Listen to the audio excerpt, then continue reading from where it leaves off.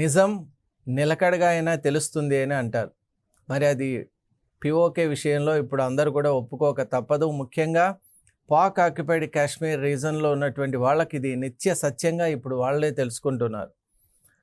Pakistan occupied Kashmir అనేటువంటిది illegal అని భారత్ ఎప్పటి నుంచో చెప్తోంది. ఎందువల్ల అంటే పాకిస్తాన్ చేసేటువంటి ఆ కుటిల నీతి ప్రకారం తనకు కావలసినటువంటి మినరల్ కంటెంట్ కోసం, అలాగే తనకు కావాల్సినటువంటి వాటర్ వేస్ కోసం, తనకు కావాల్సినటువంటి పవర్ సప్లైస్ కోసం, అలాగే తనకు కావాల్సినటువంటి టాక్టికల్ మెకానిజమ్స్ కోసం భారత్లో ఉన్నటువంటి భారత్కు చెందినటువంటి హిస్టారికల్గా భారత్కు మాత్రమే సంబంధించినటువంటి భూభాగాన్ని అన్యాయంగా, అక్రమంగా, అధర్మంగా ఆక్రమించింది.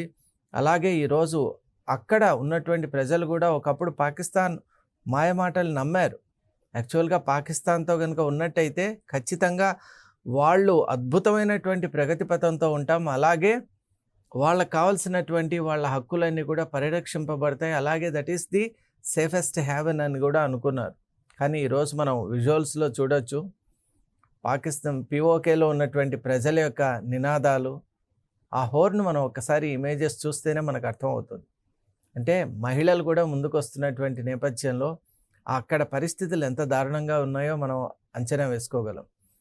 పీఓకే రీజన్ను పాకిస్తాన్ కేవలం తన వెస్టెడ్ ఇంట్రెస్ట్, తనకున్నటువంటి స్వార్థపూరితమైనటువంటి ఒక ఇంటెన్షన్తో ఆ పీఓకే రీజన్ వాడుకుంటుంది. వర్చువల్గా చెప్పాలి అంటే ఆ రీజన్లో ఉన్నటువంటి అక్కడ ఆ న్యాచురల్ రిసోర్సెస్ కానివ్వండి, అక్కడ ఉన్నటువంటి మినరల్ కంటెంట్ కానీ, అక్కడ ఉన్నటువంటి విలువైన వస్తువులన్నింటినీ కూడా మెయిన్ల్యాండ్ పాకిస్తాన్ కోసం వాడుకుంటూ అసలు దానికి హక్కుదారులైనటువంటి ప్రజలు మాత్రం ఇప్పుడు చూడండి విజువల్స్లో కనిపిస్తోంది.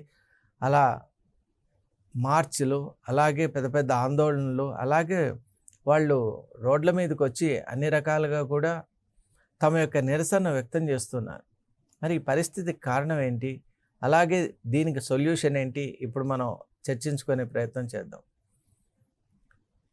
మనకి ఇండిపెండెన్స్ వచ్చినటువంటి నేపథ్యంలో ఇంటర్నేషనల్ బౌండరీస్ ఫిక్సేషన్ అనేటువంటి కార్యక్రమం జరిగిన తరుణంలో కొన్ని అవకతవకలు జరిగాయి. మరి ఆ సందర్భంలో పాకిస్తాన్ కూడా తర్వాత జరిగినటువంటి కొన్ని అనూహ్యమైన సంఘటనలను దృష్టిలో పెట్టుకొని వాటిని ఒక రకంగా అడ్వాంటేజ్గా తీసుకొని కమ్యూనలిజం, అలాగే ఒక రీజనలిజం, అలాగే దానికి సంబంధించిన కొన్ని అంశాలని రెచ్చగొట్టుడు విధానంతో అక్కడ ఉన్నటువంటి కొంత భూభాగాన్ని తమదిగా తీసుకునేది. అలాంటి రీజన్సే ఇప్పుడు మనం చూస్తున్నాం. గిల్గిట్, అలాగే బాల్టిస్తాన్, ఈ రీజన్స్, అలాగే ఆజాద్ కశ్మీర్ అని ఈరోజు పాకిస్తాన్ పిలుచుకుంటోంది. మరి ఈరోజు ఏమైంది? అప్పుడు ఉన్నటువంటి ప్రేమ ఈరోజు ఎందుకు కొరవడుతోంది? ప్రజలు మా కనీస వసతులు లేవు, త్రాగటానికి మంచినీరు లేదు, వేసుకోవటానికి మందులు లేవు, తినడానికి తిండి లేదు, అలాగే ఇంకెవరితో అయినా మా గోడు చెప్పుకోవడానికి ఇంటర్నెట్ కనెక్షన్ లేదు, అలాగే మేము ఎక్కడికైనా వెళ్ళటానికి మాకు ట్రాన్స్పోర్ట్ ఫెసిలిటీ లేదు. అసలు మమ్మల్ని ఎందుకు ఇలా నిర్బంధించారు? మా భవిష్యత్తును నిర్ణయించుకునేటువంటి అధికారం మాకు లేకుండా పాకిస్తాన్ గవర్నమెంట్ తన చేతిలో ఎందుకు తీసుకుంటోంది అని అదే ఆ నినాదం వెనుక ఉన్నటువంటి అసలైనటువంటి నిజం. కానీ ఈరోజు పాకిస్తాన్ గవర్నమెంట్ అసలు తాను చేసినటువంటి అన్యాయం ఇప్పుడు దాదాపు ఎన్ని సంవత్సరాలు అయిపోయిందండి. మరి ఇన్ని సంవత్సరాలుగా కూడా పాకిస్తాన్ చేసినటువంటి మోసం మామూలు కాదండి. ఒకవైపు తాను ఆక్రమించుకోవడమే కాకుండా తనకు చైనాకు ఒక కామన్ రూట్ కావాలని దానికి సంబంధించిన ల్యాండ్ కూడా తాను తీసుకొని మిగతా భాగం చైనాకు కూడా ఇచ్చేసింది. ఇప్పుడు ట్రాన్స్ కారాకోరం రీజన్ ఒక్కసారి ఆ మౌంటైనస్ రీజన్ చూసినట్టయితే చైనాకు ఆ రీజన్ ఎలా వెళ్తుంది, అలాగే యాక్సిన్ చెన్నై ఆ గ్లేషియర్ రీజన్ కూడా చైనా ఆక్రమించుకునేది. ఇలా మనం చూస్తున్నాం. భారత్కు చెందినటువంటి భూభాగాన్ని ఈ ఇరు దేశాలు కూడా దోచుకున్నాయి, అలాగే పంచుకున్నాయి. మరి ఈ నేపథ్యంలో పాకిస్తాన్లో ఉన్నటువంటి ఇండియన్ రీజన్ అయిన ఈ పీఓకే అక్కడ ప్రజల యొక్క ఆర్తనాదాలు మనకు చాలా స్పష్టంగా వినిపిస్తున్నాయి. ఇప్పుడు సర్దార్ అమన్ సింగ్ మాటల్లో కనుక ఒక్కసారి మనం వింటే ఖచ్చితంగా అది మన అందరి హృదయాల్లో కూడా ఒక చెరగని ముద్ర వేస్తాయి. ఆయన భారత ప్రభుత్వాన్ని కూడా అపీల్ చేస్తున్నారు, మీరు పూంచ్, అలాగే దోడా ఆ సెక్టార్స్లో ఉన్నటువంటి బార్డర్ ఏరియాస్లో ఉన్నటువంటి ఆ గేట్స్ని మీరు ఓపెన్ చేయించండి, మమ్మల్ని అటు రానివ్వండి, అలాగే మాకు సివిల్ సప్లైస్ అయినా కూడా మాకు ప్రొవైడ్ చేయండి. తినడానికి తిండి లేకుండా ఉంది, చిన్నపిల్లలు ఆకలితో అలమటించిపోతున్నారు. కాబట్టి మీరు దయచేసి ఆదుకోండి అని భారత ప్రభుత్వానికి వినతి చేస్తోంది. నిజంగా భారత్ ఎప్పుడు కూడా వేరే దేశాలు, ముఖ్యంగా నైబర్స్ ఫస్ట్ అనే పాలసీతో మనం ఉన్నాం కాబట్టి definitely we're willing to help serve those people. After all వాళ్ళంతా కూడా మన దేశం వాళ్ళే. ఈరోజు పాకిస్తాన్ కంట్రోల్లో ఉన్నారు కానీ ఆ భూభాగం ఎప్పటికైనా కూడా భారత్దే. ఈ ఎన్ని రోజులు పాకిస్తాన్ దానిపై అధికారం, ఆధిపత్యం చెలాయించినా కూడా ఆ భూభాగం మాత్రం ఖచ్చితంగా భారత్దే కాబట్టి అది ఎప్పటికైనా భారత్కే చెందుతుంది. ఈరోజు భారత్కు సంబంధించినటువంటి ఆ కశ్మీరీస్ అంత బాధపడుతుంటే భారత్ కూడా బాధపడుతోంది, కానీ సహాయం చేయలేని ఒక స్థితిలో ఉంది. అప్పటికీ ఈ దాడిని, ఈ నిరసనలని, ఈ యొక్క పాకిస్తాన్ ప్రభుత్వం తీసుకునేటువంటి ఆ చర్యల్ని, వీటన్నిటిని కూడా గమనిస్తూ సరైనటువంటి సూచనలు చేస్తోంది. పాకిస్తాన్ గవర్నమెంట్ను హెచ్చరిస్తోంది కూడా. అలాగే ఇంటర్నేషనల్ కమ్యూనిటీ యొక్క దృష్టిని కూడా ఈ ఇష్యూ మీదకి తీసుకొని వస్తుంది. మరి ఇప్పుడు పిఓకేలో ఉన్నటువంటి ఆ ఉద్యమం వెనక ఉన్న కీలక నేతలు ఎవరైతే ఉంటారో జేఏఏసీ అంటారు ఈ ఉద్యమాన్ని. మరి ఈ ఉద్యమం వెనక ఉన్నటువంటి జేఏఏసీ నాయకుల్ని ఈ జాయింట్ అవామీ యాక్షన్ కమిటీ అని అంటారు. మరి ఆ కమిటీని కూడా ఇప్పుడు పాకిస్తాన్ గవర్నమెంట్ ఏమైంది, మానవ హక్కుల హననం జరుగుతోంది, ఇక్కడ మా రీజన్లో ఇక్కడ పవర్ ప్రొడ్యూస్ అవుతోంది, కానీ మాకు మాత్రం కంప్లీట్ బ్లాక్అవుటే, మాకు కరెంట్ లేనే లేదు. దానికి కారణం ఇక్కడ జనరేట్ అయిన పవర్ను మీరు మెయిన్ ల్యాండ్లో ఉన్నటువంటి కరాచీ కానీ, లేదా ఇస్లామాబాద్ కానీ, లేదా రావల్పిండి కానీ, అలా మీరు మిగతా ఏరియాస్కు వాడుకుంటూ ఉన్నారు. మా పవర్ను మాకు ఇవ్వకుండా మమ్మల్ని ఇబ్బంది పెడుతున్నారు. మా మినరల్స్ని ఇక్కడి నుంచి తరలించకపోతున్నారు. ఇక్కడి నుంచి వాటర్ని తీసుకొని మీరు ఇరిగేషన్ ప్రాజెక్ట్స్ కట్టుకుంటున్నారు. అసలు ఇక్కడ ఉన్నటువంటి వండర్ఫుల్ రిసోర్సెస్ను కంప్లీట్గా ఎక్స్ప్లాయిట్ చేసి, అసలు పాకిస్తాన్ ప్రేమ అక్కడ ఉన్నటువంటి ప్రజలపై కాదండి, అక్కడ ఉన్నటువంటి రిసోర్సెస్ పైన. అది ఇప్పుడు ఆ ప్రజలు తెలుసుకున్నారు. మరి అదే అసలు ఆందోళనకు కారణం అని మనం కూడా అర్థం చేసుకోవాలి. వాళ్ళ రిసోర్సెస్ను పాకిస్తాన్ వాడుకుంటూ ఇలా వాడుకుంటున్నారు, మమ్మల్ని ఎందుకు నిర్లక్ష్యం చేస్తున్నారు అన్న దానికి ఈరోజు పాకిస్తాన్ ఆర్మీని దింపారు అసీం మునీర్. ప్రపంచంలో అనేక దేశాలకు వెళ్ళి శాంతి వాక్యాలు పలుకుతున్నటువంటి పాకిస్తాన్ ప్రధాని ఎక్కడికి వెళ్ళారు ఇప్పుడు? మరి ఆయన ప్రతి చోట కూడా శాంతి ఒప్పందాలకు నేను ఉంటానంటున్నారు. అసలు అశాంతి అనేటువంటిది పాకిస్తాన్లోనే ఉంది. శాంతి కావాల్సింది ఇప్పుడు పాకిస్తాన్లోనే. ఒకవైపు మనం చూస్తున్నాం పిఓకేలో ఇంత పెద్ద ప్రజల నినాదాలు ఇవన్నీ ఉంటే వాళ్ళని అడ్రస్ చేసి వాళ్ళకు ఒక రకమైనటువంటి సమన్వయ వాతావరణం, అలాగే ఫస్ట్ వాళ్ళకి ఫుడ్ అండ్ అదర్ మెటీరియల్స్ ఇవ్వాలి. సివిల్ సప్లైస్ ఇవ్వకుండా ఆపేసి పాకిస్తాన్ రేంజర్స్ అలాగే మిలిటరీ ఫోర్స్ను ఉపయోగించి కాల్పులు జరిపించారు. అనేక మంది చనిపోయారు కూడా. మనకి ఎగ్జాక్ట్గా ఎంతమంది చనిపోయారని తెలుసుకోవటానికి కూడా అవకాశం లేకుండా ఇంటర్నెట్ కనెక్షన్ తీసేసి వాళ్ళని ఒక రకంగా ఐలాండ్స్ లాగా తయారు చేశారు. వాళ్ళ బాధ కూడా ప్రపంచంతో పంచుకునే అవకాశం లేకుండా చేసేశారు. అంటే మొత్తం అష్టదిగ్బంధనం చేసి పెట్టేశారు వాళ్ళు. అలాగే మనం చూస్తే ఇంకోవైపు బలూచిస్తాన్లో కూడా మానవ హక్కుల హననం జరుగుతోంది. మా దగ్గర ఉన్నటువంటి సేమ్ టు సేమ్ ఇక్కడ ఎలా జరుగుతోందో బలూచిస్తాన్ స్టోరీ కూడా అదే. మరి మాకు ఉన్నటువంటి అసలు రిసోర్సెస్ను మీరు వాడుకుంటూ మమ్మల్ని ఎందుకు ఇలా నెగ్లెక్ట్ చేస్తున్నారు అన్న దానికి ఈరోజు బలూచిస్తాన్పై తీవ్రమైన విమర్శలు, అలాగే ఆర్మీని అక్కడ దింపారు. ఆర్మీ చేసేటువంటి అన్యాయాలు అన్నీ ఇన్ని కాదు, కానీ బలూచిస్తాన్ లిబరేషన్ ఆర్మీ కూడా ప్రాణాలకు తెగించి మరీ దాన్ని అడ్డుకుంటోంది. ఈరోజు చూస్తున్నాం పాకిస్తాన్ మిలిటరీ హెడ్స్ కూడా భయపడిపోతున్నారు.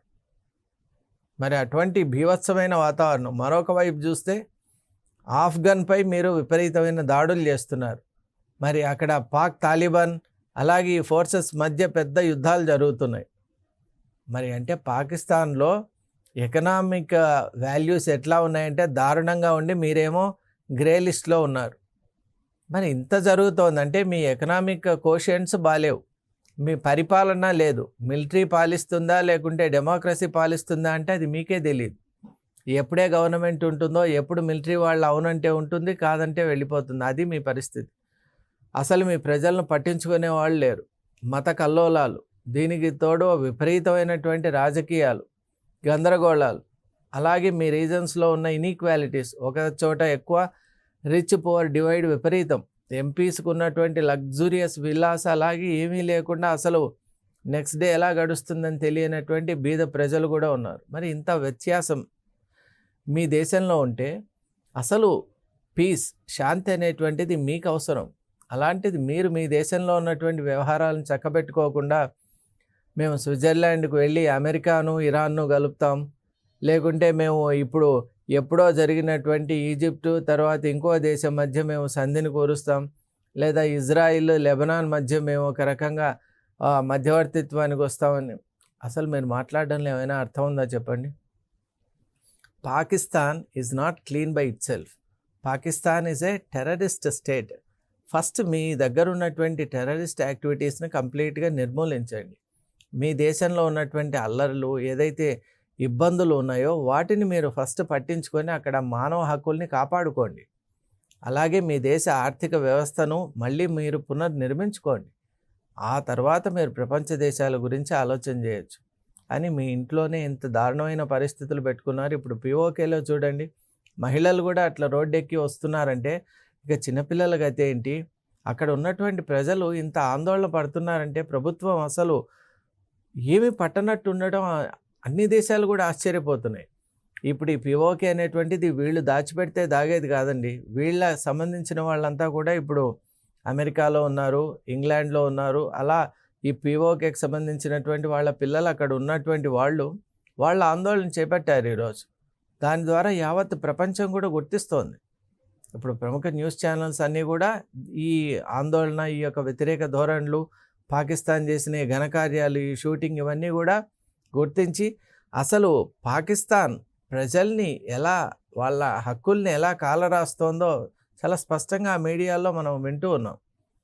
అంటే నిజాన్ని ఎప్పుడు కూడా మనం దాచిపెట్టలేమండి. పాకిస్తాన్ అది అర్థం చేసుకోవాలి. ఎప్పటికైనా కూడా మీరు అన్యాయంగా భారత భూభాగాన్ని మీరు కైవసం చేసుకున్నారు చైనా అండతో. కానీ మీరే చూస్తారు ఆ చైనా ఎటువంటి దేశమో మీరే అర్థం చేసుకుంటారు. ఇప్పటికే అక్కడ ఉన్న ప్రజలు మేము ఈ పాలన మాకు వద్దు, మేము భారత్తో ఉంటామని చాలా స్పష్టంగా చెప్తున్నారు. ఇప్పుడు ఈ రేఖకు ఇటువైపు అటువైపు రెండు వైపులు ఉన్నది కాశ్మీరే కదా. మీరు పాకిస్తాన్ ఆక్యుపైడ్ కాశ్మీర్ అటు, భారత్లో ఉన్నటువంటి కాశ్మీర్ ఇటు. ఇప్పుడు మనం ఒక్కసారి కంపేర్ చేసి చూడండి. ఇక్కడేమో అద్భుతమైన ప్రగతి. ఆర్టికల్ 370 ఎప్పుడైతే రివోక్ అయిందో ఆ రోజు నుంచి అసలు మెయిన్ ల్యాండ్తో కలిసిపోవటం, ఇక అక్కడ టన్నలింగ్ సిస్టమ్స్ కానివ్వండి, అక్కడ వందే భారత్ ట్రైన్స్ కానివ్వండి, ఇంజనీరింగ్ కాలేజెస్ కానివ్వండి, మెడికల్ కాలేజెస్, మెడికల్ ఫెసిలిటీస్, అలాగే అక్కడ రీసెర్చ్ ఫెసిలిటీస్, యూనివర్సిటీ ఎడ్యుకేషన్, అలాగే ఒకటి కాదండి స్పోర్ట్స్. ముఖ్యంగా మనం చూస్తే కాశ్మీర్ యూత్ ఇప్పుడు ఎంతో ఆనందంగా ఉన్నారు. అంటే నేషనల్ స్పోర్ట్స్లో వాళ్ళు భాగస్వాములుగా ఉన్నారు. ఈ ఐఎమ్ అన్ ఇండియన్ అనేటువంటి ఒక ఆ ప్రౌడ్ ఫీలింగ్తో ఉన్నారు. మరి అలా అన్ని రకాలుగా టూరిజం మంచిగా పుంజుకొనింది. అది చూసి ఓర్వలేకనే కదా మీరు పహల్గామ్లో దాడి చేశారు. కానీ భారత్ ఎప్పటికప్పుడు కోలుకుంటోంది.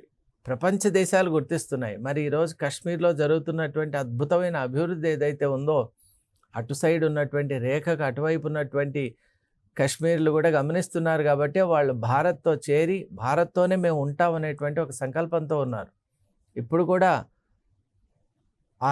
ఆయన సర్దార్ సింగ్ గారు కూడా చాలా స్పష్టంగా చెప్తున్నారు. Sardar Khan is very clearly expressing his opinion. ఆయన చెప్తున్నారు.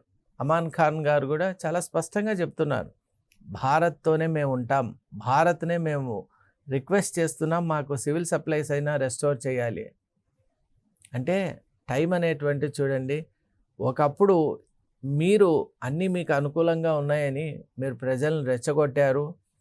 వాళ్ళను ఒక రకంగా చెప్పాలి అంటే వాళ్ళను బ్రెయిన్ వాష్ చేసి అటు తిప్పుకున్నారు. కానీ ఈరోజు నిజం అనేటువంటిది బయటపడింది.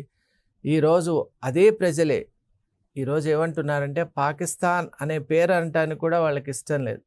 అంత దారుణంగా మారిపోయింది అక్కడ పరిస్థితి. చూడండి అక్కడ అంటే రాత్రి పగలు తేడా లేకుండా ఆ నిరసన అనేటువంటిది ఎంత అక్కడ వాళ్ళు యాక్సిలరేట్ చేసుకుంటూ వాళ్ళ హక్కుల్ని కాపాడుకోవాలి. ఎందువల్ల అంటే అది జీవన్మరణ సమస్య వాళ్లకు.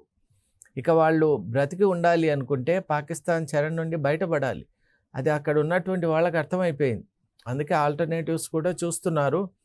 ప్రపంచ దేశాలు కూడా అర్థం చేసుకుంటున్నాయి వాళ్ళ యొక్క బాధను.